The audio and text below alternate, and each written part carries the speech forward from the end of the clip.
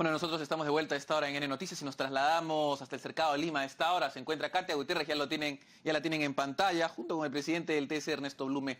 Justamente nos va a contar de qué trata esto. Adelante, Katia. Buenas tardes.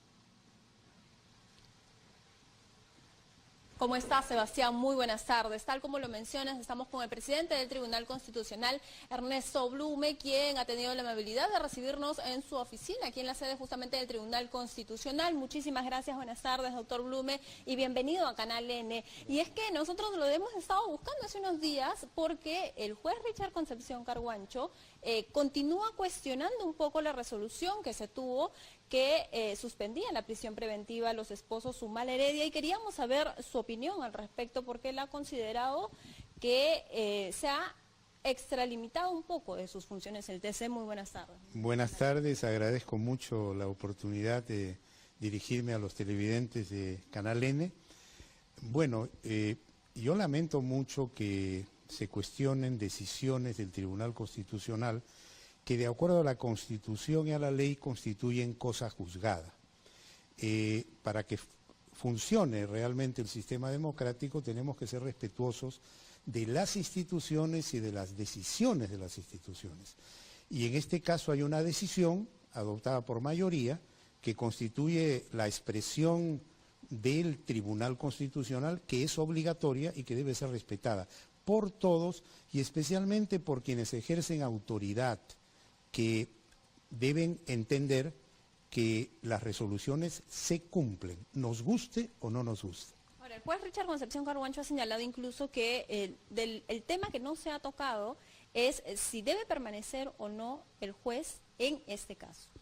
Bueno, ese es un tema respecto del cual yo lamentablemente estoy impedido de emitir opinión, porque es un caso que está en manos y en giro en el Poder Judicial, y por lo tanto yo me excuso de opinar al respecto, pero sí enfatizo lo siguiente, que esta sentencia en el caso Ollanta-Humala y Nadine Heredia es una sentencia que fortalece el sistema anticorrupción, no lo debilita. Esa es una gran mentira, no debilita. ¿Qué es lo que ha dicho el juez Concepción Carguancho? Anticorrupción, eso es totalmente equivocado y totalmente falso.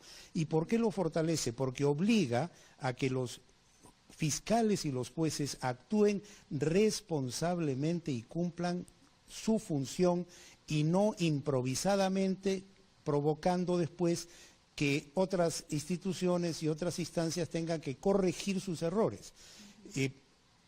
Nuestro sistema democrático va a funcionar siempre y cuando cada uno cumpla su papel. El fiscal, como titular de la acción penal pública, debe ser riguroso en la denuncia y en la investigación y armar un caso para poder denunciar. Y el juez debe ser respetuoso de la Constitución y de la ley y debe ser muy prudente y tomar decisiones siempre y cuando existan elementos suficientes. Si se actúa con ligereza, simplemente respondiendo a razones mediáticas o simplemente a razones de aparecer en los medios de comunicación, ¿no?, y adquirir notoriedad, se está abdicando del rol que corresponde a una autoridad pública, que está prohibida de ser arbitraria. Hay un mandato, no solamente en la Constitución, sino en la ley y en las resoluciones del Tribunal Constitucional. Se tiene que ser prudente, analizar sin apasionamiento las cosas y determinar cuándo la razón y la justicia asiste a una de las partes. Ahora, ¿le corresponde a los fallos del Tribunal Constitucional pronunciarse, por ejemplo, sobre material probatorio de un caso? Mire, ahí hay que distinguir varias cosas y yo le agradezco muchísimo la pregunta. Cuando hablamos de la prueba, hablamos de varios aspectos. El derecho a probar, es decir, el derecho que yo tengo a presentar pruebas. El derecho a que mis pruebas sean valoradas y la obligación del juez de valorar todo el material probatorio.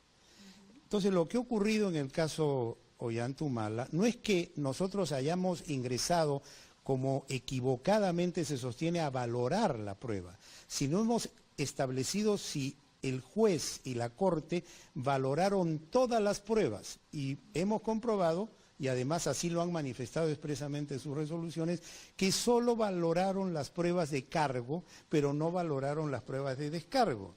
Entonces, imagínense, quieren meter presa a una persona y esa persona presenta pruebas y le dicen, no, esa prueba no se valora sino después. Y mientras tanto, propician meterla presa, que es como estar ya con una condena cumplida y sin tener en cuenta las pruebas de descargo. Eso es simplemente un atropello, un abuso que resulta intolerable. ¿Y esto ocurrió aquí en el caso Humala Heredia? ¿No se llevó a cabo bien el debido proceso? Mire, en el caso Humala Heredia nosotros determinamos que tanto el juez como la Corte habían desechado expresamente y dicho en sus resoluciones que esa prueba de descargo no se tenía en cuenta sino después, cuando ya se instaurara el proceso en regla. Es decir, imagínense, si para condenar a la persona sí se tienen en cuenta, ¿cómo no se van a tener en cuenta para meter presa a la persona antes de la condena? O sea, es una lógica totalmente inconsistente. Ahora, doctor Blume, en su momento hubo un cuestionamiento por parte del fiscal Vela, en este caso coordinador de lavado de activos, ahora hay un cuestionamiento por parte del juez. Congresistas como la congresista Jenny Vilcantopa ha considerado también que está desmerecidos los fallos del Tribunal Constitucional. ¿Qué cree que hay detrás de estos cuestionamientos del Tribunal Constitucional? Mire, yo en primer lugar respeto esas opiniones y no entro a una especulación sobre si hay una intencionalidad o no. Simplemente apunto que el Tribunal Constitucional tiene el deber de proteger los derechos humanos de todas las personas y que gracias a que hay un tribunal se corrigen muchos errores que han significado atropellos. En Suiza hay un tribunal federal suizo que tiene competencias constitucionales y gracias a ese tribunal Paolo Guerrero puede participar en el Mundial. Si no existiera tribunal, Paolo Guerrero estaría fuera del Mundial, porque la TAS y la FIFA actuaron como ciertos personajes han actuado en otros casos aquí. Entonces, no hay que quejarse de un sistema constitucional que establece que existe un guardián de los derechos fundamentales, que es el tribunal. Yo sé que eso no le gusta a muchas personas, pues lamentablemente es así. Pero nuestro deber es defender derechos fundamentales y como siempre lo digo, los derechos fundamentales no tienen rostro, se trate de quien se trate y no podemos dejarnos asustar por la presión mediática. Ahora, cambiando rápidamente de tema y hablando de la defensa de derechos fundamentales, ¿considera que estos se respetaron en el caso, en el Congreso de la República, de la suspensión de Kenji Fujimori y Guillermo Bocángel? Y bienvenido, Ramírez. Bueno, mire, esa es una pregunta sobre un tema muy actual. Y yo le voy a pedir que me excuse por una razón muy sencilla, porque puede ocurrir que ese caso llegue en algún momento a la justicia constitucional y no quisiera que se considere que yo he adelantado opinión. Simplemente señalar que en el Estado constitucional no existe área ni territorio liberado de control cuando se trata de los derechos fundamentales y del respeto a la Constitución.